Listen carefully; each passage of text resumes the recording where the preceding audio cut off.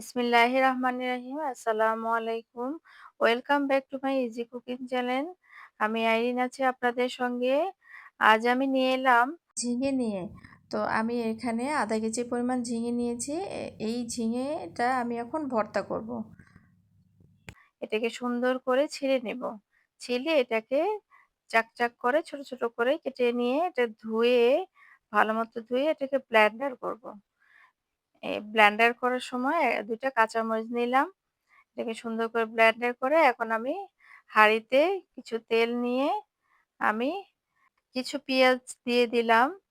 এখন এটাকে হালকা একটু ভেজে তার মধ্যে ২ টুকরো শুকনা মরিচ আর কিছু রসুন আর কালো জিরে দিয়ে দিলাম।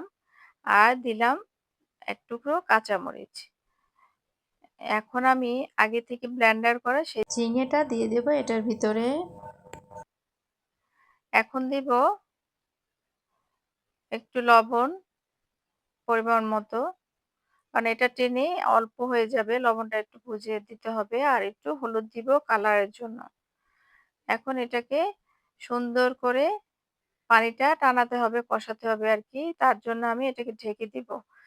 ঢেকে না দিলে এটা চারপাশে ফুটে একদম আশেপাশে নষ্ট হয়ে যাবে। সেজন্য আমি এটাকে ঢেকে দিয়ে আমি নাড়তে থাকবো একটু পর পর। এই যে এখন আমি আবারও উঠালাম, উঠে আবার এটাকে নেড়ে দিলাম। তেলটা যতক্ষণ উপরে না উঠবে ততক্ষণ আমি এটাকে কষাতেই থাকবো।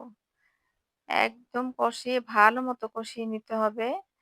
ঝিঙ্গা ভর্তা আমরা একেকজনে একেক রকম খাই, কিন্তু আমি এভাবে খাই। সেটাই আপনাদের সাথে শেয়ার করছি। আপনারা বাড়িতে এভাবে ট্রাই করবেন, দেখবেন অনেক মজা। তো এই হলো, এইভাবে সুন্দর করে টানিয়ে এটাকে নামাবো। আর সবাই ভালো থাকবেন। আল্লাহ হাফেজ।